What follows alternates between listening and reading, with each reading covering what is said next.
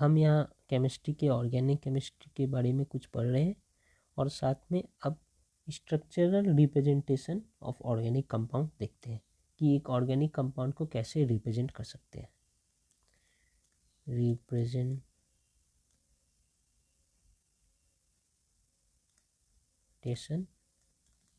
Of organic compound. तो अलग अलग टाइप है जिनके तरीके से हम ऑर्गेनिक कंपाउंड को रिप्रेजेंट कर सकते हैं। पहला टाइप को हम कहते हैं कंप्लीट स्ट्रक्चरल रिप्रेजेंटेशन।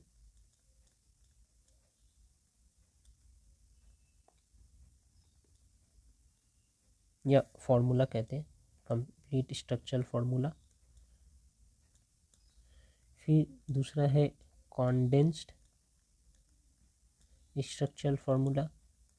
थर्ड है bond line structural formula and fourth है 3 डायमेंशनल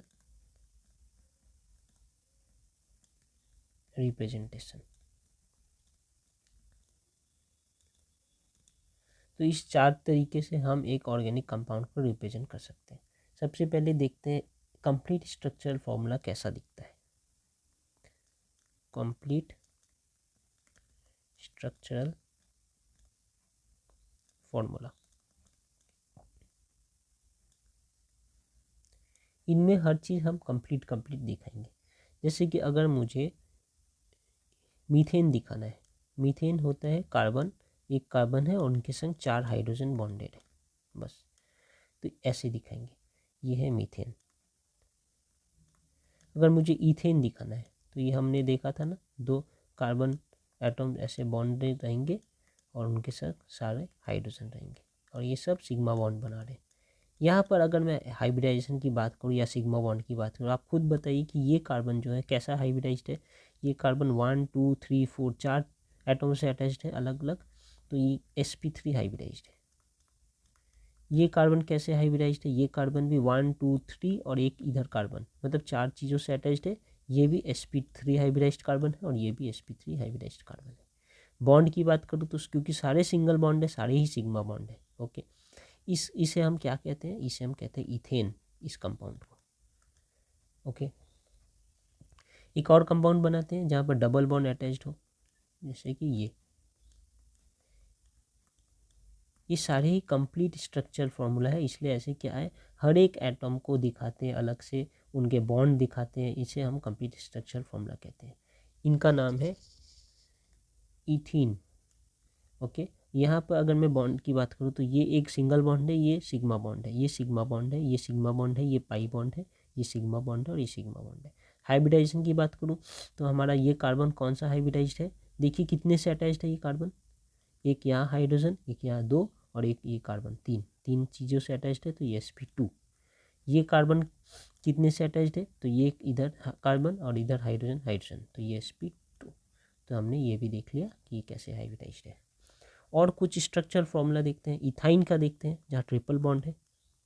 तो ये ऐसे सिंगल बॉन्ड हाइड्रोजन इधर और सिंगल बॉन्ड हाइड्रोजन इधर, एक कार्बन सिर्फ 4 ही बॉन्ड बना सकते हैं, तो 3 बॉन्ड यहाँ बनाए एक कार्बन के साथ, इनका नाम है इथाइन। अगर हाइब्रिडाइजेशन की बात करूँ, अब देखिए ये कौन सा हाइब्रिडाइज्ड है, एक इधर अटैच्ड है, एक इधर अटैच्ड है, 2 एटम से अटैच्ड है, तो ये sp हाइब्रिडाइज्ड है। ये भी सेम sp हाइब्रिडाइज्ड है। बॉन्ड की बात करूँ तो ये सिंगल बॉन्ड है, सिग्मा है, ये भी एक सिंगल बॉन्ड है, सिग्मा है। यहाँ पर एक बॉन्ड सिग्मा है और बाकी 2 बॉन्ड पाई है, ये हमने समझ लिया। और ये सारे कंप्लीट स्ट्रक्चर फॉर्मूला है, हर एक एटम को खोलकर दिखाया गया है, इसे इथाइन कहते हैं।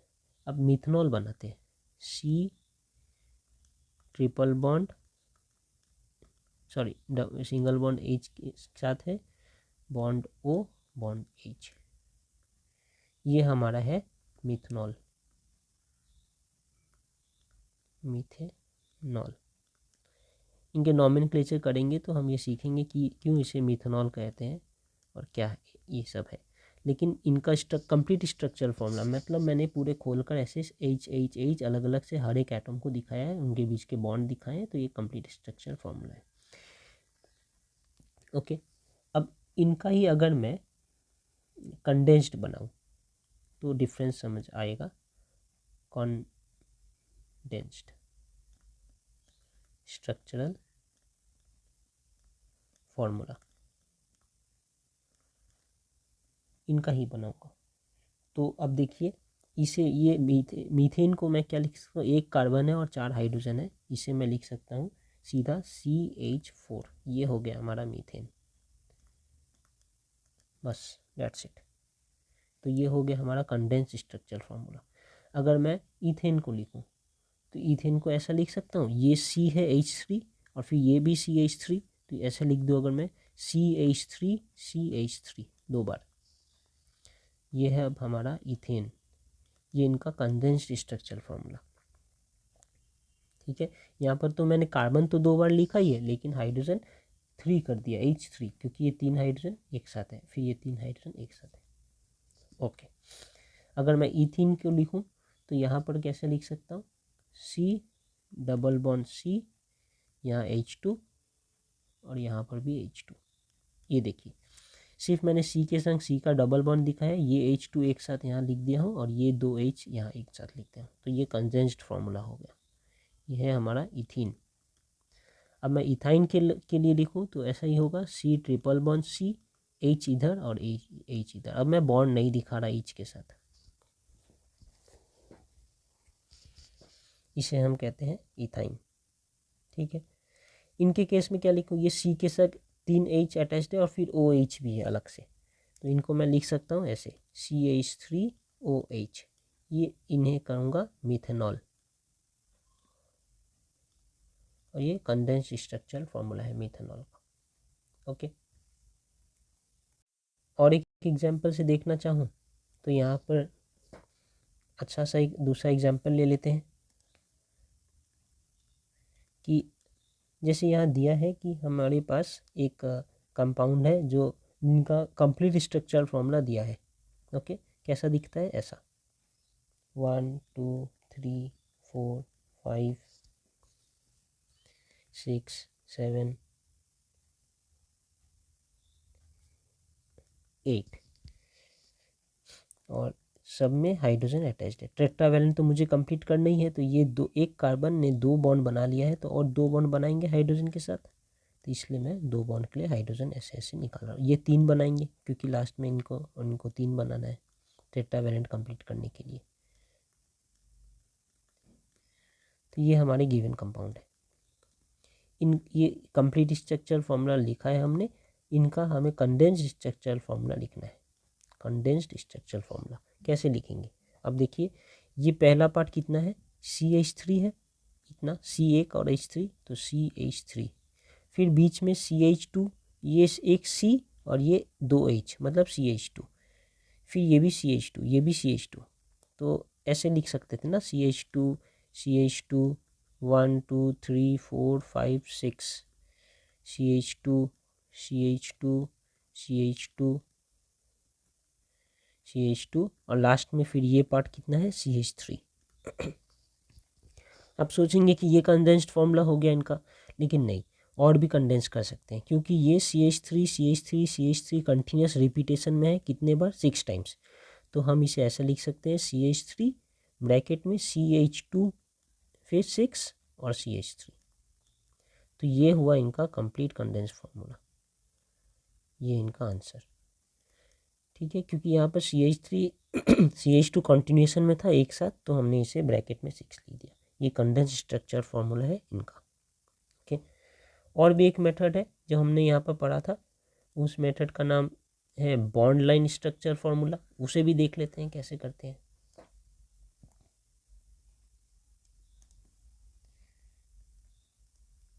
Bond line structural formula,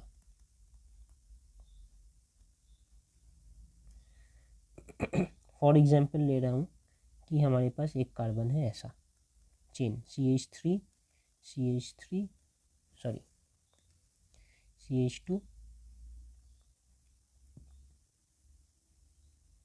CH2 CH2 CH2 CH3 ऐसा, और इनके साथ CH3। देखिए, इनमें करना क्या है, हर एक कार्बन एटम जहाँ पर है उसे मैं एक नोट से डिटरमाइन करूँगा, नोट से शो करूँगा। मतलब कि ये कार्बन एटम यहाँ है 1 2 3 4 5 6 7 8 कार्बन एटम्स है।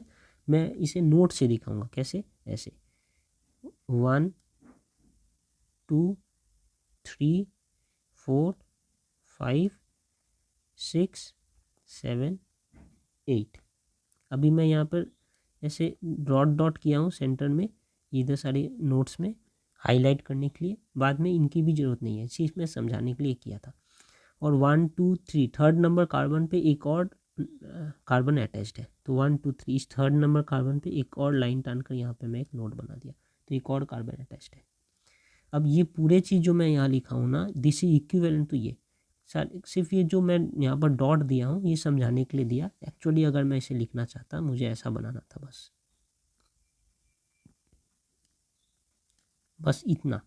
इससे ये पूरा रिप्रेजेंटेशन हो जा रहा है।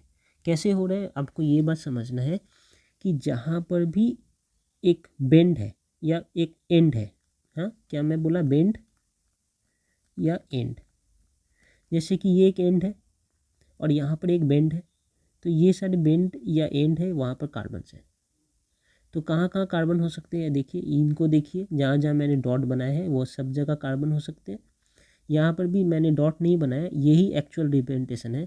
यहाँ पर यहाँ एक कार्बन है, हम कैसे काउंट करेंगे इनमें कितने कार्बन है? यहाँ एक 1 2 ये 3 ये 4 ये 5 ये 6 ये 7 ये 8, और यहाँ पर एक 3 में एक और कार्बन यहाँ पर लगा है, यहाँ पर भी एक कार्बन है।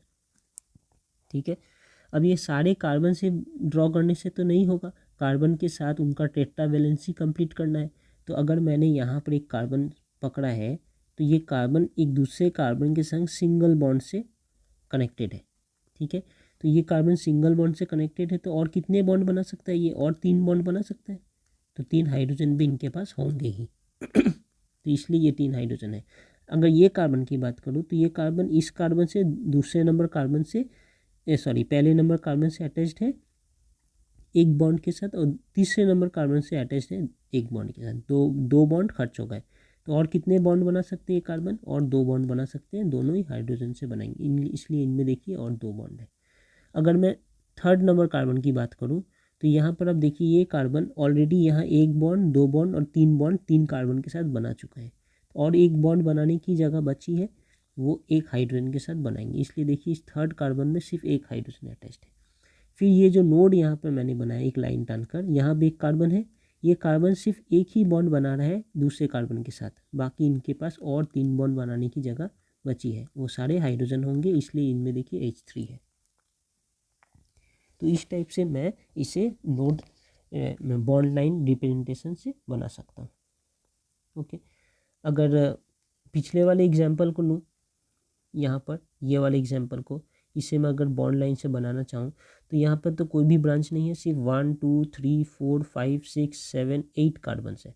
तो मुझे कुछ नहीं करना था, जैसे ये था ऐसे ही मुझे यहाँ ये 1 2 हो गए, यहाँ 3 4 5 6 7 8। देखिए 8 नोड है क्या? एक यहाँ 1 2 3 4 5 6 7 8 हो गए। एक्चुअली मैंने ये जो बनाना था ये है हमारा कंप्लीट फॉर्म, ये है हमारा कंडेंस्ड फॉर्म, और ये है हमारा बॉन्ड लाइन फॉर्म। कुछ और बॉन्ड लाइन के एग्जांपल्स देखते हैं। जैसे कि अगर मुझे ये बनाना है CH3 CH Br CH2 CH3। Okay, तो इसे कैसे लिख सकते हैं? हमारे पास क्या है, इसे कंप्लीट पहले लिखते हैं। 1 2 2 कार्बन है, फिर यहाँ तीसरा कार्बन है, और यहाँ चौथा कार्बन, 4 कार्बन है। दूसरे कार्बन पे एक बोरॉन भी कनेक्टेड है, तो यहाँ एक बोरॉन लगा देता हूँ, बाकी सारे में हाइड्रोजन्स। तो ये 3 लास्ट कार्बन में 3 हाइड्रोजन, सेकेंड लास्ट कार्बन में 2 हाइड्रोजन, इन ये थर्ड कार्बन जो इधर से उनमें एक हाइड्रोजन और एक बोरॉन, तो एक हाइड्रोजन भी डाल देता हूँ, और इनमें 3 हाइड्रोजन, तो ये 3 हाइड्रोजन।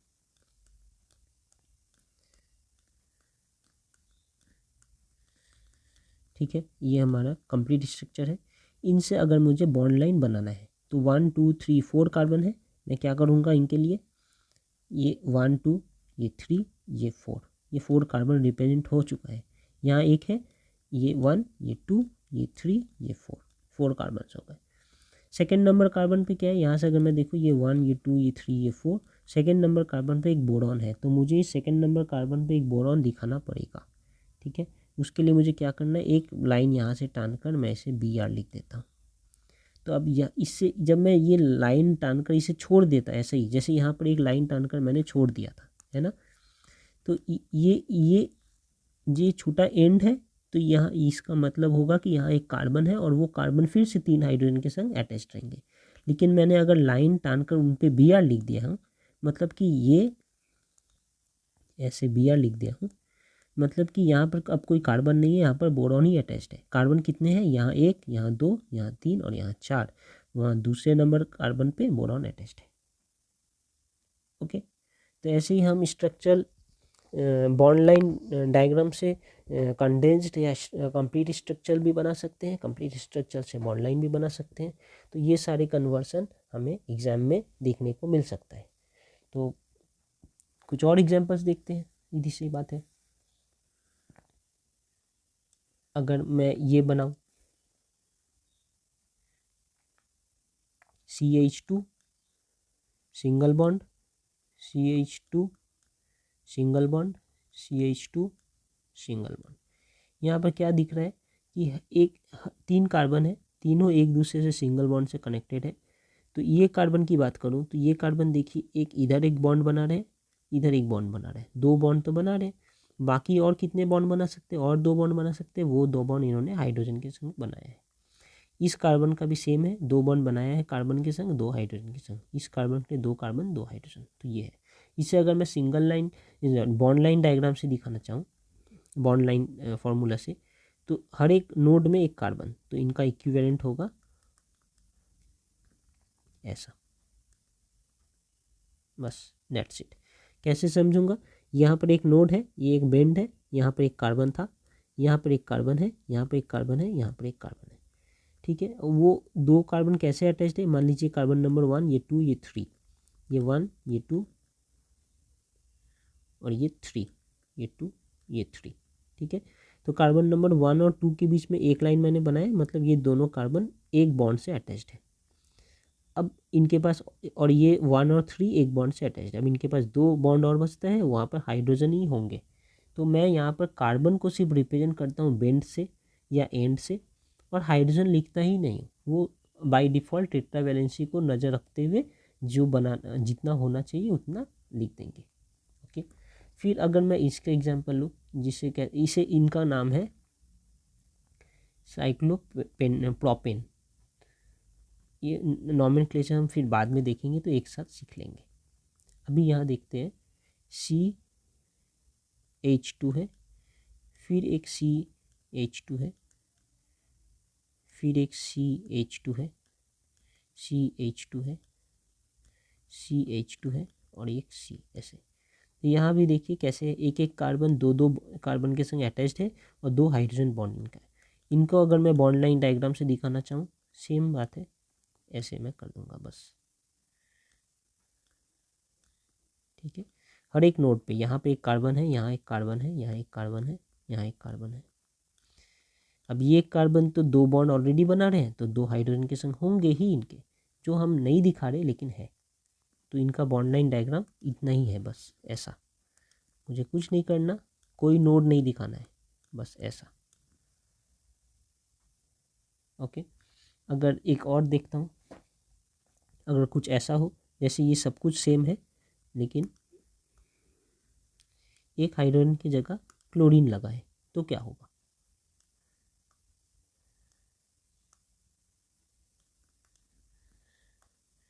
सब कुछ सेम है, यहाँ पर 2 हाइड्रोजन है ना, एक हाइड्रोजन हटा देता हूँ और उनके जगह Cl लग देता हूँ, मतलब क्लोरीन लगा है। तो इनका बॉन्ड लाइन स्ट्रक्चर फॉर्मूला कैसा होगा, सेम।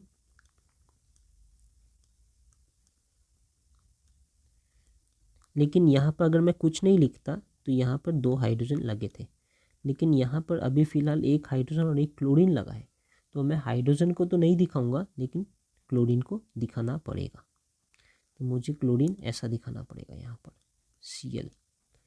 इनका ये मतलब हुआ कि अगर बाकी यहाँ पर ये कार्बन जो है, ये कार्बन एक और कार्बन से अटैच्ड है, एक यहाँ पर दूसरे कार्बन के संग अटैच्ड है, एक क्लोरीन के संग अटैच्ड है, 3 अटैच्ड होकर और एक कुछ नहीं है, दैट मीन्स वो हाइड्रोजन के संग ही अटैच्ड होंगे। तो बाय डिफ़ॉल्ट हाइड्रोजन को नहीं दिखाते हैं। अगर हाइड्रोजन की जगह जैसे यहाँ पर बोरोन कनेक्टेड, ब्रोमीन कनेक्टेड है, तो यहाँ पर हमने Br लिख दिया, ठीक है। यहाँ पर क्लोरीन कनेक्टेड है, तो यहाँ पर Cl लिखना पड़ेगा, हाइड्रोजन नहीं लिखना है। तो ये हमारा बॉन्ड लाइन डायग्राम हुआ। ओके, तो अब यहाँ एग्जांपल्स देख लेते हैं। यहाँ पर हमें कंप्लीट और बॉन्ड लाइन डायग्राम बनाकर इसे दिखाना है। तो इनका कंप्लीट बनाना है, ये दिए है इस टाइप से। तो क्या देख सकता हूँ, कंप्लीट बनाने वक्त 1 2 3 4 5 कार्बन्स है, तो मैं 5 कार्बन्स के तो एक चेन बना ही दूंगा। पहले ये 5 कार्बन का मैंने चेन बना दिया। पहले कार्बन पे 3 हाइड्रोजन, दूसरे कार्बन पे 2 हाइड्रोजन, तीसरे कार्बन पे ऑक्सीजन है, वो डबल बॉन्ड के संग ही आता है। फिर चौथे कार्बन पे 2 हाइड्रोजन और पांचवें कार्बन पे 3 हाइड्रोजन। तो अगर मैं ये सारे हाइड्रोजन लिख दूँ तो ये हो गया हमारा कंप्लीट स्ट्रक्चर फॉर्मूला। अब अगर मुझे इसे बॉन्ड लाइन में दिखाना है तो हर एक कार्बन के लिए एक एक नोड या बेंट होना चाहिए, 1 2 3 4 5। तो मैं ऐसे कर सकता हूँ, ये हो गया 1 2 3 4 5। कितने हो गए देखिए, ये 1 ये 2 ये 3 ये 4 ये 5 हो गए ना। अब कहीं भी हाइड्रोजन है मैं नहीं लिखूंगा, ये यहाँ से अगर मैं काउंट करूँ 1 2 3, थर्ड पे ऑक्सीजन है, ये मुझे लिखना होगा। तो ये 1 2 3 थर्ड पे ऑक्सीजन है, मैं यहाँ पर सिर्फ डबल बॉन्ड टान कर, पहले ये 3 हटा देता हूँ, बहुत कुछ हट गया, ये 3 हटा देता हूँ, ये यहाँ पर डबल बॉन्ड देकर ओ लिखना है, बस ऐसा। तो ये हो गया हमारा इनका बॉन्ड लाइन फॉर्मूला। इनके लिए अगर मैं देखूँ 1 2 3, अब यहाँ पर देखिए एक चेंज है, यहाँ पर 3 टाइम्स CH2 है, 3 टाइम्स, एक के बाद एक 3 टाइम्स। तो यहाँ पे मैं 1 2 3 4 5 6 7 पर मुझे लेना है 7 कार्बन। क्यों मैं लिया इसे 3 ब्रैकेट में लिखा है, मतलब एक्चुअली ये है कैसे, मैं सिर्फ एक बार लिखने के लिए आपको समझा देता हूँ। ये ऐसा है, CH2 3 टाइम्स है, मतलब CH2 CH2 CH2 CH3 ऐसा है। अब ये एक साथ कंटिन्यूशन में है, इसलिए ब्रैकेट में 3 लिख दिया गया है। तो इसे अगर मुझे एक्सपेंड करना होता कंप्लीट स्ट्रक्चर फार्मूला में, तो 1 2 3 4 5 6 7 कार्बन है, तो मैं 7 का तो एक सिंगल चेन बना ही दूंगा, 1 2 3 4 5 6 7। अब आगे क्या देखना है कि 1 पे 3 हाइड्रोजन, 2 पे एक हाइड्रोजन, और 2 और 3 के बीच में डबल बॉन्ड है, तो यहाँ डबल बॉन्ड। फिर 3 पे भी एक हाइड्रोजन, 4 पे 2 हाइड्रोजन, 5 पे 2 हाइड्रोजन, 6 पे 2 हाइड्रोजन और 7 पे 3 हाइड्रोजन। तो ये हो गया हमारा complete structure formula. That's it, इतना ही आसान ये काम है। ओके, अगर मुझे इसे चेन में बॉन्ड लाइन डायग्राम में दिखाना है, बॉन्ड लाइन स्ट्रक्चर से, तो क्या करना है, 1 2 3 4 5 6 7 कार्बन है, तो मैं 7 बॉन्ड दिखाऊंगा। 1, ये 1 2 हो गए, 3 4 5 6 7, देखिए 1 2 3 4 5 6 7। अब ये 1 2 3, ये 2 और 3 के बीच में डबल बॉन्ड है, तो यहाँ पर ये हमारा 2 है, ये हमारा 3 है, यहाँ पर मैं एक और लाइन ऐसे दे दूंगा बस। बाकी हाइड्रोजन्स खुद टेट्रावेलेंसी के अकॉर्डिंगली फुलफिल कर लेना है, उसे यहाँ नहीं दिखाना है। तो ये हो गया हमारा बॉन्ड लाइन स्ट्रक्चर। यहाँ पर मुझे इनका कंडेंस लिखना है और बॉन्ड लिखना है। देखिए सबसे पहले OH तो ठीक है, लेकिन यहाँ CH2 CH2 CH2 चेन में 3 बार है, ओके ना, तो इसे मुझे एक साथ लिखना पड़ेगा। बाकी ये CH3 एक बार ही है, ये CH3 एक बार ही है, तो ऐसे ही रहेंगे। तो इनका कंडेंस्ड फॉर्म कैसा होगा, कंडेंस्ड फॉर्म होगा HO, यहाँ पर CH2 3 टाइम्स, फिर CH, फिर CH3, CH, CH3, CH3, ये हो गया इनका कंडेंस्ड। अगर मुझे बॉन्ड दिखाना है तो बॉन्ड लाइन, तो क्या करना होगा, आप देखिए कितने कार्बन है यहाँ पर, 1 2 3 4 5 6 7 8 कार्बन है।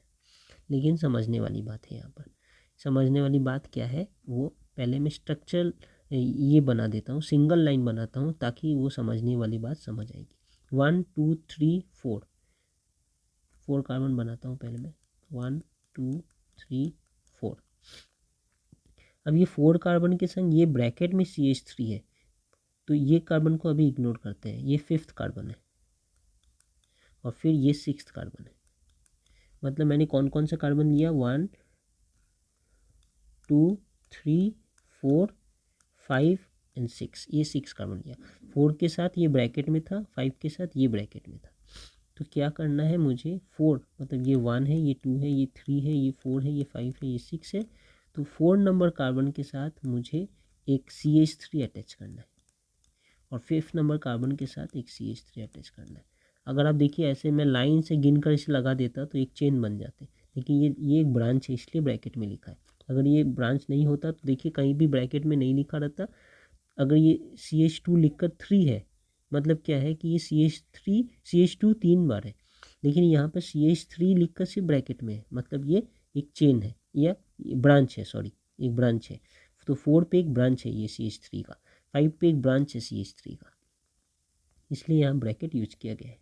ओके, बाकी का क्या है, यहाँ पर हाइड्रोजन 3 है तो ये 3 हाइड्रोजन। यहाँ पर देखिए एक ये कार्बन का चेन एक CH3 के साथ अटैच्ड है, एक हाइड्रोजन के संग अटैच्ड है, तो यहाँ एक हाइड्रोजन, यहाँ एक हाइड्रोजन, हाइड्रोजन, हाइड्रोजन।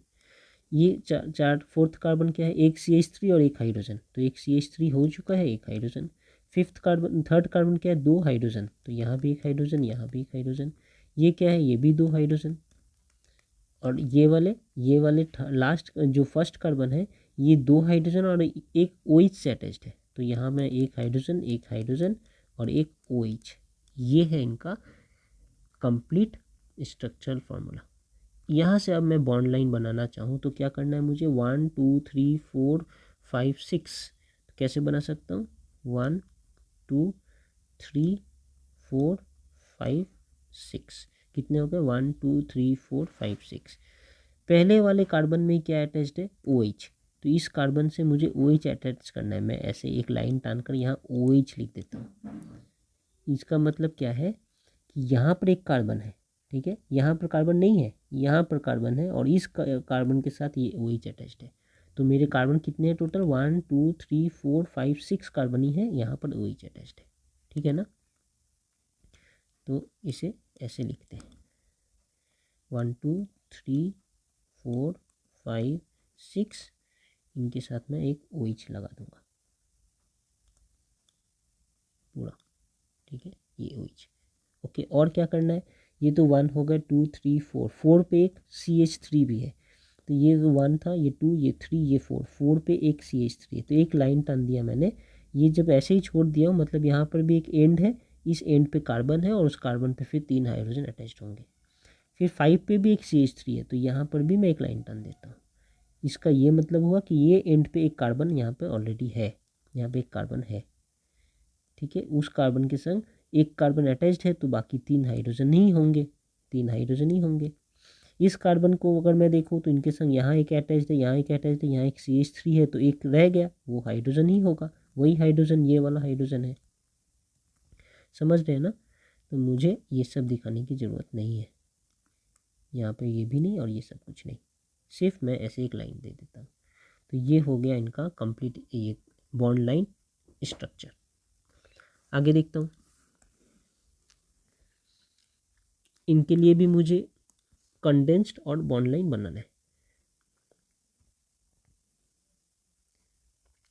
तो इनका कंडेंस्ड क्या कैसा होगा, मुझे ये CN एक साथ लिखना होगा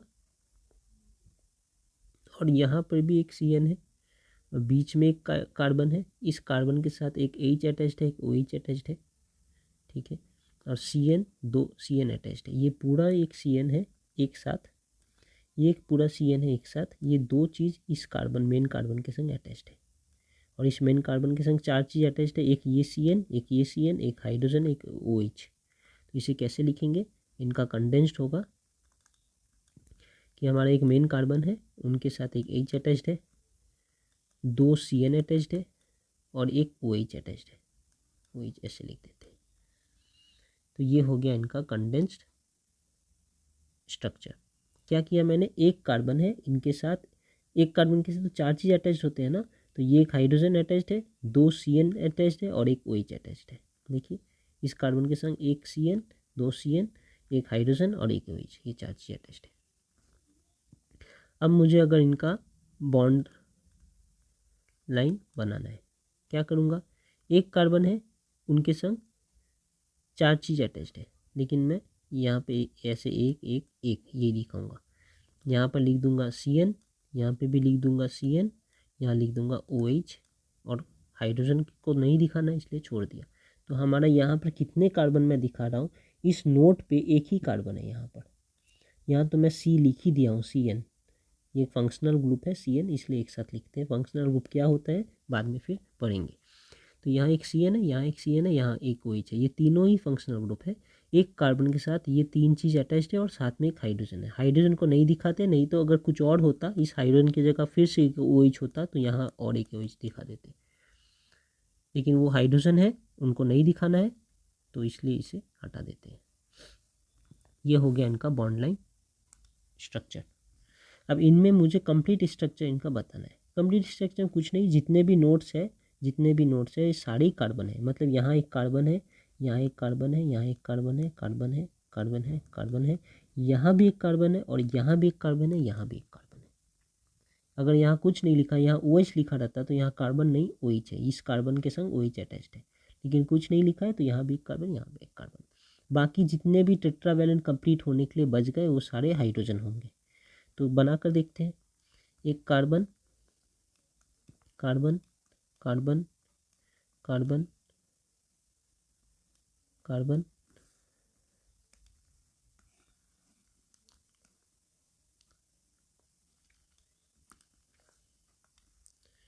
फिर इनके साथ एक और कार्बन, इनके साथ एक और कार्बन, यहाँ भी कार्बन, कार्बन, कार्बन, सब सिंगल बॉन्ड से मैंने ज्वाइन कर दिया। अब सब में हाइड्रोजन मुझे फिल करना है, लेकिन याद रखें मुझे कंप्लीट चाहिए, तो इनमें तीन हाइड्रोजन होंगे, मुझे दिखाना होगा 1 2 3, इनमें भी 1 2 3, इनका ये 1 2 तीन बॉन्ड तो बना ही रहे, तो इनमें एक हाइड्रोजन होगा, वो दिखाना है।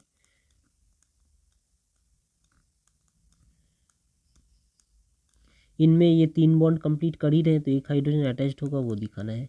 इनका देखो तो दो बॉन्ड कंप्लीट किया है, तो दो हाइड्रोजन अटैच्ड होंगे इनमें, इनका भी दो हाइड्रोजन अटैच्ड होंगे, इनमें भी दो हाइड्रोजन अटैच्ड होंगे,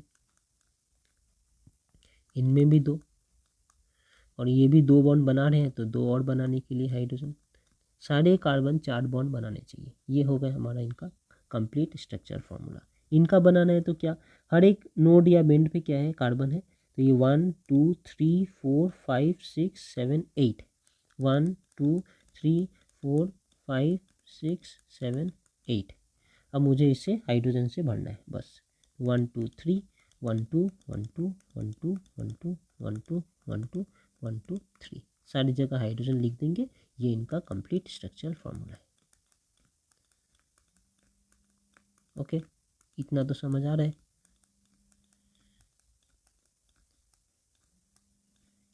ये वाले केस में देखते हैं क्या है, यहाँ पर क्या दिया है, ट्रिपल बॉन्ड है, फिर कुछ गैप देकर एक single bond, single bond, single bond.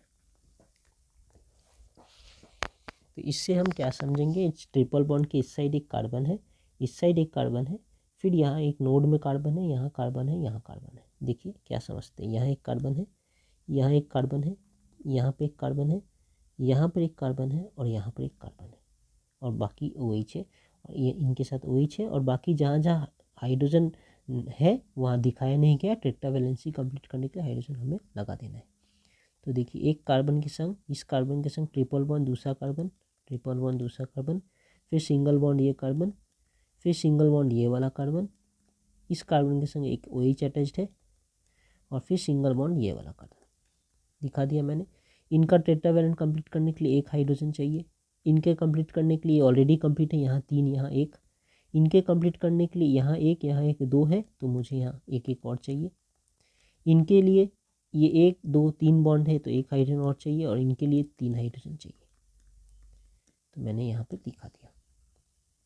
ये हुआ इनका कंप्लीट स्ट्रक्चर फॉर्मूला। अगर मैं सिग्मा बॉन्ड पाई बॉन्ड की बात करूँ, तो जितने भी सिंगल सिंगल है ये सारे सिग्मा बॉन्ड है, ये सब सिग्मा है। पाई बॉन्ड कहाँ होंगे, ये दोनों पाई है एक एक, ठीक है। हाइब्रिडाइजेशन की बात करूँ तो ये कार्बन 2 एटम से अटैच्ड है, तो ये sp हाइब्रिडाइज्ड है। ये कार्बन इधर एक और इधर एक 2 से अटैच्ड है, ये भी sp हाइब्रिडाइज्ड है। ये कार्बन 1 2 3 4 से अटैच्ड है, तो ये sp3 हाइब्रिडाइज्ड है। ये कार्बन भी 1 2 3 4 से अटैच्ड है, तो ये भी sp3 हाइब्रिडाइज्ड है। और ये कार्बन भी 4 से अटैच्ड है, ये भी sp3 हाइब्रिडाइज्ड है। तो ये सब चीज़ हमने देख लिया।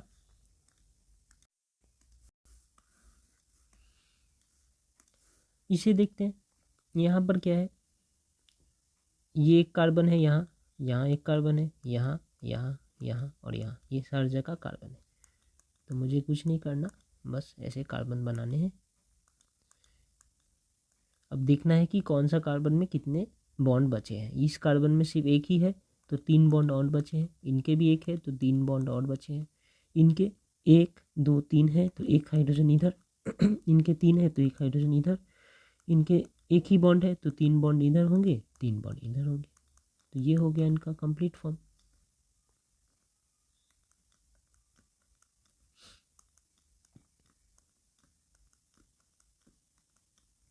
ओके, तो ये सारे हमने एग्जांपल्स देख लिए। और एक टाइप था रिप्रेजेंटेशन का, जिसे हम कहते थे 3 डायमेंशनल रिप्रेजेंटेशन। उनके लिए भी छोटा सा पढ़ लेते हैं, 3 डायमेंशनल रिप्रेजेंटेशन। 3 डायमेंशनल तो प्लेन पर बनाना मुश्किल है, लेकिन इन जनरल जैसे हमने एक बार पिछले वीडियो में पढ़ा था कि जब हमारा कार्बन sp3 हाइब्रिडाइज्ड होता है, तो वो शेप बनाते हैं टेट्राहेड्रल। इस शेप में क्या है, जैसे ट्राइपॉड के 3 लेग होते हैं, वैसे 3 लेग है और एक हेड है, ऐसा, ठीक है। ये हमने देखा था। इसे अगर और अच्छे से समझे तो ये हम समझ सकते कि एक लेग जो है वो पेपर से बाहर आ रहा है, एक लेग पेपर के अंदर जा रहा है, और ये 2 लेग पेपर के प्लेन पे है। तो जो पेपर के अंदर जा रहे होते हैं उन्हें हम ऐसे डैश हेज लाइन से रिप्रेजेंट करते हैं। ओके, डैश्ड वेज लाइन इसे कहते हैं, dashed wedge, WEDG, wedge line.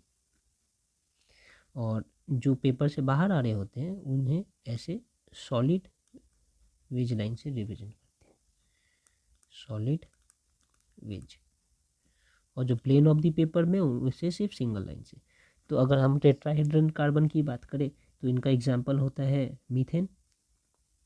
Methane, यहाँ पर सेंटर में एक कार्बन है, ऊपर एक हाइड्रोजन, इधर एक हाइड्रोजन, पेपर से बाहर आते हुए एक हाइड्रोजन और पेपर के अंदर एक हाइड्रोजन, ऐसा। तो जो पेपर के बाहर आ रहे हैं उसे हम रिप्रेजेंट करेंगे ऐसे, सॉलिड हेज से। और जो पेपर के अंदर है उस साइड, उसे रिप्रेजेंट करेंगे ऐसे। तो ये अब हमें दिखा रहे हैं कि ये एक 3 डायमेंशनल स्ट्रक्चर है, जो ये एच और ये H plane of the paper पे है, ये पेपर के बाहर और ये पेपर के भीतर, इन सब के बीच में 120 डिग्री एंगल है। ओके, ये थोड़ा ऐसा बनाना अच्छा होगा। ये पेपर के बाहर है, ये पेपर के अंदर, ये प्लेन ऑफ द पेपर पे, जैसे मैंने ये बनाया था वैसे ही ये बनाया। ओके, इसके आगे अब हम देखते हैं क्लासिफिकेशन ऑफ ऑर्गेनिक कंपाउंड्स। तो ऑर्गेनिक कंपाउंड्स को कैसे कैसे क्लासीफाई कर सकते हैं। Classification of organic compound. तो ऑर्गेनिक कंपाउंड को क्लासिफाई करने की मेथड जो है, सबसे पहले हमारा ऑर्गेनिक कंपाउंड दो तरीके का है। एक है साइक्लिक, जो साइकिल बनाते हैं, रिंग बनाते हैं, और दूसरा है एलिफैटिक। एलिफैटिक मतलब कि असाइक्लिक या ओपन चेन। इसे लिख सकते हैं, ये ओपन है या असाइक्लिक है, जिनमें साइकिल नहीं है। अब ये जो साइक्लिक है ये फिर दो टाइप के हैं। एक हमारा है होमोसाइक्लिक कंपाउंड। होमोसाइक्लिक कंपाउंड मतलब ऐसे कंपाउंड जिनके साइकिल में सिर्फ कार्बन हो और कुछ नहीं, उसे होमोसाइक्लिक कंपाउंड कहते हैं। और हेट्रोसाइक्लिक फिर आप समझ ही गए होंगे, जिनके साइकिल में जब ये साइकिल बन रहा है या एक रिंग बन रहा है या लूप बन रहा है, उनमें कार्बन के अलावा कोई दूसरे भी एलिमेंट हो या उनके एटम हो, तो उन्हें हम हेट्रोसाइक्लिक कंपाउंड कहेंगे। अभी होमोसाइक्लिक कंपाउंड दो टाइप के हैं। एक है एलिसाइक्लिक, दूसरा है एरोमेटिक। एलिसाइक्लिक क्या होता है एक्चुअली, जो एलिफैटिक है ना, इनमें ही एली और साइक्लिक का साइक्लिक, एली साइक्लिक मिलाकर एलिसाइक्लिक बना है। मतलब कि इनका नेचर बहुत हद तक एलिफैटिक कंपाउंड से मिलता है, लेकिन ये साइकिल एक रिंग टाइप के स्ट्रक्चर है, लेकिन नेचर या प्रॉपर्टीज एलिफैटिक से ही मिलते जुलते हैं, इसलिए इनका नाम एलिसाइक्लिक है। और दूसरा है, ये भी रिंग है लेकिन इनमें एरोमेटिक कैरेक्टर है, मतलब इनमें एक एरोमा आता है, स्मेल आता है, कैरेक्टरिस्टिक स्मेल, जैसे केरोसिन, बेंजीन, ईथर, ये सारे ऑर्गेनिक मतलब एरोमेटिक कंपाउंड्स हैं। अब इस एरोमेटिक कंपाउंड्स के भी दो टाइप होंगे और डिटेल में हम पढ़ेंगे आगे। दो टाइप होंगे, एक को हम कहेंगे बेंजीनॉइड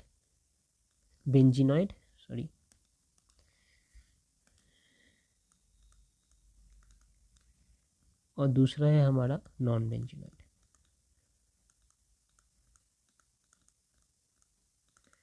बेंजीनॉइड का मतलब कि हमारा रिंग जो है हरदम 6 कार्बन्स के ही होंगे, ऐसे 6 यहाँ पर है ना, 1 2 3 4 5 6 कार्बन के ही रिंग होंगे, तो उसे बेंजीनॉइड कहते हैं। यहाँ पर हमारा रिंग 6 से कम या 6 से ज़्यादा भी हो सकता है, इसे हम नॉन बेंजीनॉइड कहेंगे। और फिर हमारा हेट्रोसाइक्लिक कंपाउंड है, वो भी दो टाइप के होंगे। हेट्रोसाइक्लिक भी सेम ऐसा ही, एक एलिसाइक्लिक, मतलब ऐसे साइकिल तो बनेंगे ही, लेकिन उस साइकिल में या रिंग तो बनेंगे, उस रिंग में सिर्फ कार्बन नहीं होंगे, कार्बन के अलावा भी कुछ और होंगे, इसलिए इसे एलिसाइक्लिक। और दूसरी तरफ एरोमेटिक, मतलब यहाँ भी रिंग बनेंगे जहाँ पर कार्बन के अलावा भी कुछ और कंपाउंड होंगे, कुछ और एलिमेंट्स होंगे और साथ में एरोमा भी मुझे मिलेगा। तो ये सारे हो गए इनके क्लासिफिकेशन। अब एक एक करके इनको एग्जाम्पल के साथ समझते हैं। सबसे पहले एलिफैटिक से स्टार्ट करते हैं। एलिफैटिक कंपाउंड्स, तो ये ऐसे कंपाउंड्स हैं जो जिनमें स्ट्रेट चेन या ब्रांच चेन होते हैं, स्ट्रेट और ब्रांच्ड चेन। ठीक है, मेन बात है कि इनमें चेन होगा, इनमें रिंग नहीं होगा, कोई क्लोज या साइक्लिक नहीं होंगे, ये ओपन होंगे एंड असाइक्लिक होंगे। इनके एग्जाम्पल से समझते हैं, जैसे कि हमारे पास ईथेन,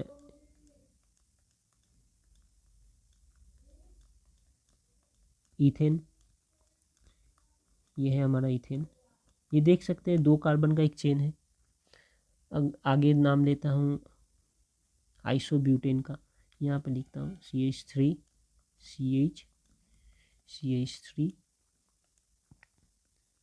CH3, इसे कहते हैं आइसोब्यूटेन।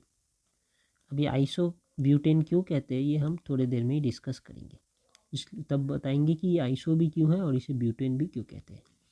तो ये एक कंपाउंड है। यहाँ आप देख सकते हैं ये चेन बन रहा है, या चाहे ऐसे मैं चेन को चाहे ऐसे लूँ या मैं एक चेन को ऐसे लूँ, एक चेन है और उस चेन में एक ब्रांच है।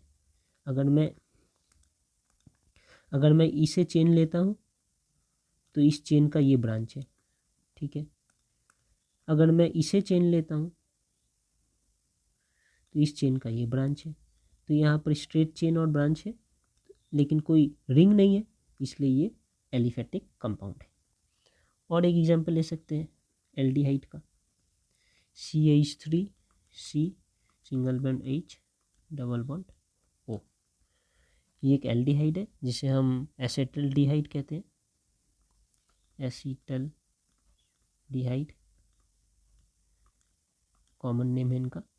यहाँ पर भी आप देख सकते हैं 2 कार्बन का एक चेन है, ये एक कार्बन और साथ में O और H अटैच्ड है। ये चेन इतना ही है 2 कार्बन के। फिर acetic acid CH3C double bond O single bond OH, यहाँ भी 2 कार्बन का एक चेन है। ये सारे हमारे एलिफेटिक कंपाउंड्स हो गए। अब हम देखते हैं कि साइक्लिक में क्या मिलेगा हमें। तो साइक्लिक के बहुत सारे एग्जांपल्स हैं, देखते हैं एक एक करके। तो ये रहा हमारे साइक्लिक कंपाउंड्स के कुछ एग्जांपल्स। पहली बात, साइक्लिक कंपाउंड्स में क्या होने चाहिए, साइकिल्स होने चाहिए। तो आप देखिए ये जितने भी कंपाउंड्स मैंने यहाँ पे ड्रॉ किया है, हर कंपाउंड एक साइकिल, एक लूप बना रहा है, एक रिंग टाइप स्ट्रक्चर बना रहा है। जो एलिफेटिक में नहीं थे वो एक चेन बना रहे थे, एक स्ट्रेट, यहाँ पर एक रिंग बन रहा है। तो यहीं पर ये दोनों डिफरेंट हो गए। अब साइक्लिक में सबसे पहले क्या है, 2 डिफरेंट है, एक होमोसाइक्लिक, एक हेट्रोसाइक्लिक।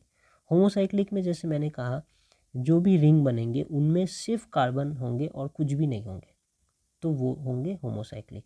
जिस रिंग में कार्बन के अलावा हाइड्रोजन ऑक्सीजन, सल्फर, नाइट्रोजन कुछ और हो तो वो सारे हेट्रोसाइक्लिक। तो यहाँ पर आप देखिए जैसे ये रिंग बन रहा है, हमारा ये बॉन्ड लाइन डायग्राम है। तो यहाँ पर ये रिंग है, यहाँ पर कुछ भी कार्बन नहीं है, कुछ भी कार्बन के अलावा और कुछ नहीं है। यहाँ भी कार्बन के अलावा कुछ नहीं है, यहाँ भी कार्बन के अलावा कुछ नहीं है। तो ये सारे रिंग हो गए हमारे होमोसाइक्लिक। ये भी देखिए इस रिंग में भी कार्बन के अलावा कुछ नहीं है, इस रिंग में भी कार्बन के अलावा कुछ नहीं है। लेकिन वेयर एज अगर आप ये रिंग देखें फ्यूरॉन का, तो इस रिंग में कार्बन के अलावा यहाँ पर ऑक्सीजन भी रिंग का ही एक पार्ट है। यहाँ पे भी थायरोफिन में सल्फर रिंग का ही एक पार्ट है, पाइरिडीन में नाइट्रोजन रिंग का ही एक पार्ट है। तो ये 3 जो है ये एग्जाम्पल है हेट्रोसाइक्लिक कंपाउंड्स के। वेयर एज बाकी ये जिनमें रिंग में कार्बन नहीं है, कार्बन है और कुछ नहीं है, वो सारे एग्जाम्पल्स है होमोसाइक्लिक के। यहाँ पर भी रिंग में कार्बन ऑक्सीजन है, तो ये हेट्रोसाइक्लिक हो गए। ओके, इतना बात हमें समझ आया। अब देखते हैं कि एलिसाइक्लिक और एरोमेटिक में क्या डिफरेंस है। एलिसाइक्लिक मतलब हो गए जिनका नेचर बहुत ज़्यादा एलिफेटिक से मिलता है। इनमें कौन से एलिसाइक्लिक है, कौन से एरोमेटिक है, वो देखते हैं। तो इनमें से जो एलिसाइक्लिक है वो सारे ऐसे होंगे, एलिसाइक्लिक। इनका नेचर सबसे पहले resembles properties, chemical properties,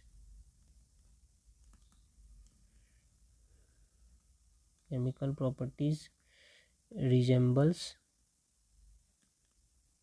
aliphatic.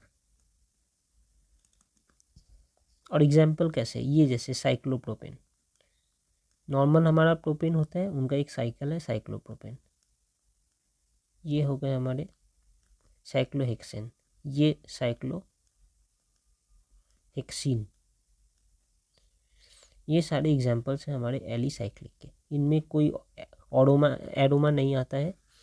देखिए यहाँ पर भी 2 है ना, 2 टाइप है, एक एलिसाइक्लिक, एक एरोमेटिक। एरोमेटिक में एरोमा है, एक स्मेल है, प्लीजेंट स्मेल है। जैसे मुझे केरोसिन में जो स्मेल मिलता है, पेट्रोल में जो स्मेल मिलता है, वो सारे एरोमेटिक ऑर्गेनिक कंपाउंड है। लेकिन एलिसाइक्लिक में कोई एरोमा नहीं है। और ये है एग्जाम्पल एलिसाइक्लिक कंपाउंड्स के। सॉरी, अब एरोमा के लिए मुझे क्या चाहिए, कौन से कंपाउंड ऐसे होंगे जिनमें एरोमा होगा। तो उनके समझने के लिए मुझे ये समझना है कि एरोमा के लिए क्या ज़रूरत होता है। तो एरोमेटिक कंपाउंड्स के लिए ज़रूरत है मुझे क्या, कि उनमें एरोमा होना चाहिए प्लस उनमें डी लोकलाइज्ड पाई इलेक्ट्रॉन्स होने चाहिए। अब ये क्या होता है, जैसे एक बेंजीन के एग्जांपल से ही समझते हैं। ये हमारा बेंजीन है, बेंजीन में एक alternate double bond and single bond होते हैं। तो ये समझने वाली बात है कि जितने भी एरोमेटिक कंपाउंड होंगे उनमें alternate double bond and single bond होगा। Alternate double and single bond, जिसे हम कहते हैं कॉन्जुगेटेड बॉन्ड। मतलब एक double bond single bond, double bond single bond ऐसे होंगे। तो ये हमारा बेंजीन का एक बॉन्ड, एक वे है लिखने का। अच्छा, ऐसे भी तो हो सकता है ना कि बेंजीन में जो alternate double bond single bond है, यहाँ पे मैंने डबल बॉन्ड दिया, उसके जगह मैं यहाँ डबल बॉन्ड दूंगा, फिर ये सिंगल, फिर ये डबल, फिर ये सिंगल, फिर ये डबल, ऐसे भी। तो यहाँ पे डबल, यहाँ पे single, double single, double single, ऐसे भी हो सकता है, ऐसे भी हो सकता है। तो दोनों तरह से मैं बेंजीन लिख सकता हूँ। लेकिन रियल में फिर कौन सा सही है, ये कि ये? तो इनका आंसर है ना ये ना ये, इनके मिलाकर एक हाइब्रिड स्ट्रक्चर होता है जहाँ पर डी लोकलाइज्ड पाई इलेक्ट्रॉन, मतलब पाई इलेक्ट्रॉन यहाँ पर है, यहाँ पर है और यहाँ पर है। ऐसा है कि ऐसा है, मुझे नहीं पता। वो पाई इलेक्ट्रॉन घूम रहे हैं, कभी ये ले लेते हैं शेप, कभी ये पोजीशन ले लेते हैं, कभी ये पोजीशन, कभी ये पोजीशन, ऐसे ही घूमते रहते हैं। तो उनका इक्विवेलेंट हम लिखते हैं ऐसा, कि मुझे नहीं पता मैं कहाँ पे डबल बॉन्ड दूंगा, कहाँ पे सिंगल बॉन्ड दूंगा, ये इलेक्ट्रॉन्स तो घूम ही रहे हैं इधर उधर। तो मैं ऐसे एक सर्कल बना देता हूँ यहाँ पर, डॉटेड सर्कल या सॉलिड सर्कल। इनका मतलब कि ये इलेक्ट्रॉन्स जो है घूम रहे हैं, बॉन्ड जो है घूम रहा है, इसलिए इसे कहते हैं डी लोकलाइज पाई इलेक्ट्रॉन। क्योंकि ये जो डबल बॉन्ड के लिए इलेक्ट्रॉन आया है, हमें पता है ना, सिंगल बॉन्ड जो बनता है वो सिग्मा, और जो डबल बॉन्ड बनते हैं उनके लिए पाई। तो ये पाई इलेक्ट्रॉन्स ही डबल बॉन्ड बना रहे हैं और वो घूम रहे हैं, तो इसलिए डी लोकलाइज पाई इलेक्ट्रॉन। तो जहाँ पे भी डी लोकलाइज पाई इलेक्ट्रॉन होंगे, ऑल्टरनेट डबल बॉन्ड और सिंगल बॉन्ड का पेयर होगा, कॉन्जुगेट पेयर, और एरोमा आएगा, उन्हें हम एरोमेटिक कंपाउंड कहते हैं। क्या यहाँ पर ऐसा कोई भी प्रॉपर्टी दिख रहा है? नहीं दिख रहा। यहाँ दिख रहा है? नहीं दिख रहा। यहाँ दिख रहा है? नहीं दिख रहा। यहाँ पर एक ही पाई बॉन्ड है, तो ऑल्टरनेट तो है नहीं। तो जहाँ पर भी एरोमेटिक नहीं है वो सारी एलिफेटिक हो गए, सॉरी एलिसाइक्लिक हो गए। और एलिसाइक्लिक एलिफेटिक कंपाउंड के संग बहुत ज़्यादा सिमिलरिटीज शो करते हैं। अब डिफरेंस क्या बचा कि अगर इस रिंग के अंदर कार्बन के अलावा कोई और कंपाउंड हो जाते तो वो हेट्रोसाइक्लिक एलिसाइक्लिक कंपाउंड होते, और अगर इस रिंग में भी कार्बन के अलावा कोई और कंपाउंड भी होते तो वो हेट्रोसाइक्लिक एरोमेटिक कंपाउंड हो जाते। जैसे फॉर एग्जांपल यहाँ पर हमने जो लिया है, यहाँ पर ही देख सकते हैं कि ये वाले देखिए, ये एक रिंग है, ये इस रिंग में कार्बन के अलावा और कोई कंपाउंड नहीं है, और alternate single and double bond pair भी है, डीलोकाइज्ड पाई इलेक्ट्रॉन है। इसका मतलब कि ये हमारा होमोसाइक्लिक एरोमेटिक कंपाउंड होगा। ठीक है, वहीं पर आप ये देखिए, यहाँ पर भी alternate single and double bond है, और कार्बन के अलावा भी कोई दूसरे एलिमेंट यहाँ पर रिंग में ही है, अवेलेबल है। तो ये हमारे हेट्रोसाइक्लिक एरोमेटिक कंपाउंड होगा। ये हमारा हेट्रोसाइक्लिक एलिफेटिक कंपाउंड हो गया। क्यों? क्योंकि यहाँ पे alternate double bond single bond नहीं है, तो इसलिए ये एलिसाइक्लिक होंगे। लेकिन क्योंकि रिंग में कार्बन के अलावा कुछ और है, तो इसलिए ये हेट्रोसाइक्लिक है। तो हेट्रोसाइक्लिक एलिसाइक्लिक कंपाउंड। ठीक है, इससे अब ये बातें को थोड़ा समराइज करके यहाँ पर लिख देते हैं। तो देखिए, यहाँ पे एरोमेटिक कंपाउंड है जिनमें रिंग मिलेगा, एरोमा मिलेगा, alternate double bond and single bond है, और इनके रिंग में कोई भी कार्बन के छोड़कर कुछ भी और नहीं है, इसलिए ये होमोसाइक्लिक एरोमेटिक कंपाउंड है। बेंजॉइड है क्योंकि एक बेंजीन रिंग 6 कार्बन के एक रिंग है, सेम टाइप ऑफ रिंग है। देखिए यहाँ भी 6 कार्बन का रिंग है, और इनमें भी alternate double bond and single bond available है।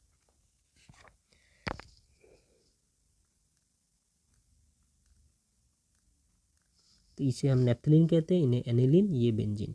और ये नॉन बेंजोनाइड, मतलब कि 6 से ज़्यादा है। यहाँ पर देखिए 1 2 3 4 5 6 7 कार्बन है यहाँ पर, तो ये नॉन बेंजोनाइड है। यहाँ पे भी लेकिन एरोमा है क्योंकि alternate double bond and single bond है, और डी लोकलाइज्ड पाई इलेक्ट्रॉन है, इनका नाम है ट्रोपोलोन। हेट्रोसाइक्लिक में क्या है, हमारे साइकिल के भीतर कार्बन के अलावा कुछ और होगा। तो ये एलिफैटिक हेट्रोसाइक्लिक में कार्बन के अलावा कुछ और है, लेकिन स्मेल नहीं है और एरोमा नहीं है, इसलिए और डबल कॉन्जुगेट बॉन्ड भी नहीं है, alternate single bond and double bond भी नहीं है, इसलिए ये एलिफैटिक। यहाँ पर भी देखिए कार्बन के अलावा भी रिंग में nitrogen sodium sulphur nitrogen sulphur और ऑक्सीजन है, लेकिन एरोमा भी है क्योंकि alternate double bond and single bond है, इसलिए ये हेट्रोसाइक्लिक एरोमेटिक कंपाउंड है। ये हेट्रोसाइक्लिक एलिफैटिक कंपाउंड है जिनमें रिंग में कार्बन के अलावा कुछ और है, लेकिन एरोमा नहीं है, alternate double bond and single bond नहीं है। यहाँ तक हमने समझा। फिर देख लेते हैं फंक्शनल ग्रुप। अब ये फंक्शनल ग्रुप है is defined as atoms or group of atoms joined in a specific manner which is responsible for the characteristic chemical properties of the organic compound। जैसे हम कहते हैं ना alcohol, for example functional group के लिए alcohol, जब ये alcohol कहेंगे तो हमें ये पता चलेगा कि इनके लास्ट में या फर्स्ट में या कहीं भी ये OH अटैच्ड रहता है। तो ये एक सेट ऑफ एटम्स है या ग्रुप ऑफ एटम्स है, O और H ऑक्सीजन और हाइड्रोजन इसी फॉर्म में, OH के फॉर्म में। ऐसा नहीं कि H2O हो या H2O2 हो, सिर्फ OH ऐसे ही फॉर्म में रहेंगे। एक यहाँ पर बॉन्ड बनाने के लिए रेडी है, ये कार्बन के संग जाकर अटैच हो जाएंगे। तो ये एक फंक्शनल ग्रुप हो गया। जब जब ये OH एक कार्बन चेन के संग अटैच्ड होगा तो एल्कोहलिक प्रॉपर्टी वो कार्बन शो करेंगे, वो एटम या मॉलिक्यूल एल्कोहलिक प्रॉपर्टी शो करेंगे। तो ये हो गया उनका कैरेक्टरिस्टिक प्रॉपर्टी। वैसे ही अब अगर एक एग्जांपल है कार्बोक्सिलिक एसिड का, एसिड ये कैसे होते हैं, ये ऐसे C डबल बॉन्ड OH, ऐसे ये लिखने के लिए ऐसे COH है, साथ में अगर दिखाऊं तो ऐसे C डबल बॉन्ड O और सिंगल बॉन्ड के साथ OH, ये पूरा इनका फंक्शनल ग्रुप है। अब ये कोई कार्बन चेन के संग यहाँ से अटैच हो जाएंगे, इस वाले लिंक के साथ कोई कार्बन चेन के संग अटैच हो जाएंगे। तो ये COOH को ही हम ऑक्जेलिक कार्बोक्सिलिक एसिड कहते हैं। तो ये जिनके साथ अटैच्ड होंगे उनमें एक एसिडिक प्रॉपर्टी मिल जाएगा। तो ये अल्कोहल, ये एसिडिक, ये एग्जाम्पल के लिए दिखा रहा हूँ। साथ में एक एल्डिहाइड है, एल्डिहाइड भी एक एग्जाम्पल है जिनमें CHO होता है ऐसा, ये बॉन्ड मिल जाएगा कार्बन के साथ जुड़ जाएंगे। CHO देखने में कैसा है, C बॉन्ड ऐसा, डबल बॉन्ड O और सिंगल बॉन्ड यहाँ H है, यहाँ OH की जगह H। तो ये सारे कुछ एग्जाम्पल्स हो गए हमारे फंक्शनल ग्रुप के। एक फंक्शनल ग्रुप का लिस्ट है, उसे देख लेते हैं। फिर आगे इनके एक फंक्शनल ग्रुप है जिसे हम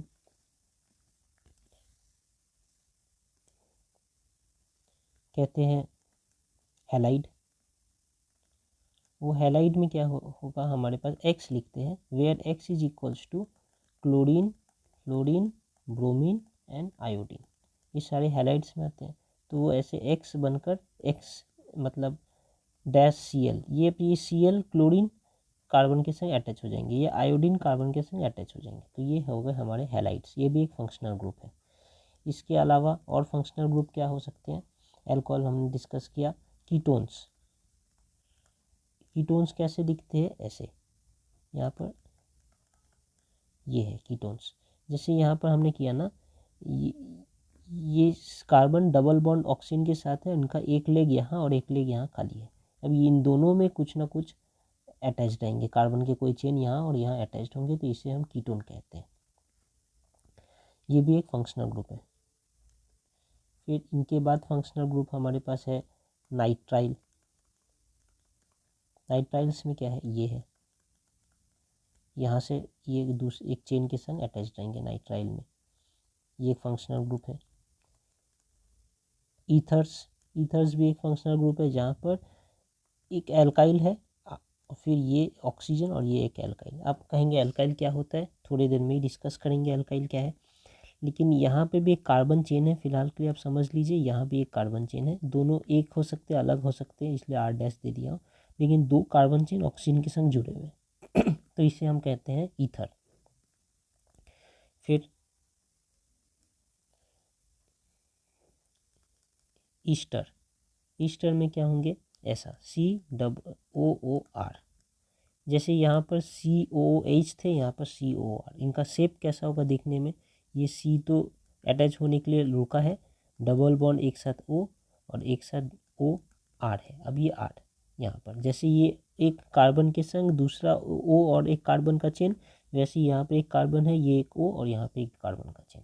तो ये हमारा ईथर होता है, सॉरी ईस्टर होता है, ESTER, ईस्टर, ESTER, ईस्टर्स। और क्या है हमारे पास, हमारे पास है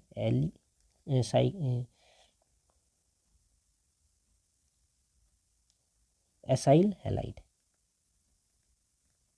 एसाइल हैलाइड कैसा देखने में होता है, ये इस टाइप से होते हैं ऐसे। ये X stands for halide, COX। अब इनका एग्जांपल क्या है, X where X is equals to fluorine, chlorine, bromine and iodine. ऐसे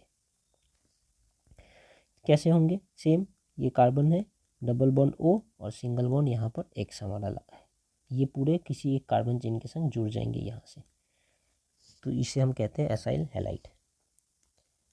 फिर एक है एमाइंस। एमाइंस में NH2 जुड़ता है, या फिर NH डबल बॉन्ड, और या फिर NH, ये सिर्फ N है, सॉरी ये N है और N का 3 बॉन्ड, मतलब N हमेशा 3 बॉन्ड ही बनाएंगे, एक खुला है और 2 बॉन्ड बना चुके हैं, यहाँ पर 2 खुला है, एक हाइड्रोजन गैस बना चुके हैं, यहाँ पर 3 ही बॉन्ड खुला है बनाने के लिए, इसे हम कहते हैं एमाइंस। ये भी एक फंक्शनल ग्रुप है। फिर आता है एमाइड्स। यहाँ पर क्या है, COONH2, ठीक है, यहाँ पर NH2 था, यहाँ पर CONH2। ये भी सेम है, अगर इसे समझना चाहे इनका स्ट्रक्चर कैसा होगा, ये कार्बन डबल बॉन्ड O के संग और सिंगल बॉन्ड NH2 के साथ ऐसा बॉन्ड ये बनाकर बैठे हैं, ये एक कार्बन चेन के संग अटैच हो जाएंगे, तो ये हम कहेंगे कि एमाइड अटैच है इस कार्बन चेन में। जैसे OH अटैच है तो अल्कोहल अटैच्ड है, वैसे यहाँ पर एमाइड अटैच्ड है। फिर एक है नाइट्रो। नाइट्रो दिखता है ऐसा, NO2। अगर किसी कार्बन चेन के साथ NO2 ऐसा अटैच्ड हो जाए तो इसे हम कहेंगे नाइट्रो अटैच्ड हो गया। तो हमने इतने सारे कार्बन चेन यहाँ पर देख लिए। एक एक टेबल है, इसे अच्छे से फॉलो करते हैं, यहाँ पर और अच्छे से समझते हैं कि क्या क्या अवेलेबल है। तो अगर हम यहाँ देखें तो हमारे पास सबसे पहले एल्केन है। एल्केन मतलब होता है सिंगल बॉन्ड, 2 कार्बन के बीच में सिर्फ सिंगल बॉन्ड रहेंगे, तो उसे हम एल्केन कहते हैं। तो ये एल्केन है। फिर एल्कीन है, जिनमें 2 कार्बन के बीच डबल बॉन्ड दिख रहा है हमें। अब ये एक कार्बन ने डबल बॉन्ड यहाँ बना लिया है, तो अब 2 ही लेग कार्बन के पास 2 बॉन्ड बनाने के लिए फ्री है, इसलिए यहाँ पर एक ऐसा एरो और एक ऐसा एरो देकर रखा है। यहाँ से ये किसी भी एक चीज़ के संग बॉन्ड बना सकते हैं, वो हाइड्रोजन हो सकता है, वो कोई दूसरा कार्बन चेन हो सकता है, उनके संग ये बॉन्ड बना सकते हैं। तो यहाँ पर ऐसे अवेलेबल है। यहाँ पे इसे कहते हैं एल्काइल्स, यहाँ पर ट्रिपल बॉन्ड होते हैं, इसे एल्काइल्स कहते हैं। यहाँ पर एक लेग यहाँ और एक लेग यहाँ अवेलेबल है बॉन्ड बनाने के लिए। फिर है एरीन्स। एरीन्स मतलब हो गए कि हमें एक बेंजीन रिंग टाइप मिलेगा, वो double bond single bond conjugate, ये एरीन्स के एग्जाम्पल है। यहाँ पर एग्जाम्पल्स भी दिए हैं, जैसे कि यहाँ पे एल्काइल्स में इनका सफिक्स है YNE, आइन। तो जैसे ब्यूट 1 आइन, ये क्या है कैसे है अभी डिस्कस करेंगे हम। फिर हैलाइड्स है। हैलाइड्स में मैंने जैसे कहा X से रिप्रेजेंट कर रहे हैं, यहाँ पे फ्लोरीन, क्लोरीन, ब्रोमीन, आयोडीन कुछ भी लिख सकते हैं। एल्कोहल OH है। अभी फ़िलहाल ये वाले स्ट्रक्चर को देखना है, और ये याद रखना है कि एल्कोहल का मतलब OH, एल्डिहाइड का मतलब CHO, एल्केन का मतलब C single bond C, alkene मतलब C double bond C, alkyne मतलब C double bond C। Halide मतलब वो चाहे फ्लोरीन, क्लोरीन, ब्रोमीन, आयोडीन होगा। कीटोन मतलब कि C डबल बॉन्ड O और 2 लेग खाली है, ये हमें इसे हम कीटोन कहते हैं। कैसा दिखता है, ऐसा C डबल बॉन्ड O, एक लेग इधर एक लेग इधर, यहाँ पर भी कुछ किसी के संग अटैच हो सकते हैं, यहाँ भी अटैच हो सकते हैं। नाइट्राइल मतलब CN, यहाँ पर एक बॉन्ड खाली है, यहाँ से वो चेन के संग अटैच होंगे। ईथर्स, ईथर्स मतलब हो गए ऐसे कि बीच में एक ऑक्सीजन और दोनों साइड कार्बन के चेन। कार्बोक्सिलिक एसिड मतलब COOH को कार्बोक्सिलिक एसिड कहते हैं। कार्बोक्सिलेट आयन, H हटा देंगे तो ये क्या होगा, यहाँ से मैं ब्रेक कर सकता हूँ ना इसे, तो ये H+ और ये बाकी माइनस, तो इस COO माइनस को ही हम कहते हैं कार्बोऑक्सिलेट आयन, ये एक एनायन है, नेगेटिव चार्ज आयन है। फिर है ईस्टर, ईस्टर में COO8। फिर है एसाइल हैलाइड COX, जहाँ X stand for fluorine chlorine bromine iodine. Amide मतलब NH2 या NH या N, इसे हम एमाइड्स कहते हैं, सॉरी एमाइंस कहते हैं। एमाइड्स यहाँ पर CO अटैच हो जाएगा, CONH2 CONHR CONHR2, ये सारे हमारे एमाइड्स हैं। नाइट्रो NO2 नाइट्रो, और सल्फोनिक एसिड SO3H, ये सल्फोनिक एसिड। फिलहाल हमें क्या समझना है कि ये उनके नाम है और ये उनका फंक्शनल ग्रुप का स्ट्रक्चर है। ये हमें याद रखना है कि ईस्टर का मतलब ये COOR, अगर किसी ने अल्कोहल कहा मतलब OH, अगर किसी ने एल्डिहाइड कहा मतलब COH, कीटोन कहा मतलब C++O, नाइट्राइल CN। ऐसे ईस्टर, एसाइल हैलाइड, एमाइन मतलब NH2, एमाइड्स मतलब CONH2, नाइट्रो मतलब NO2 और सल्फोनिक एसिड मतलब SO3।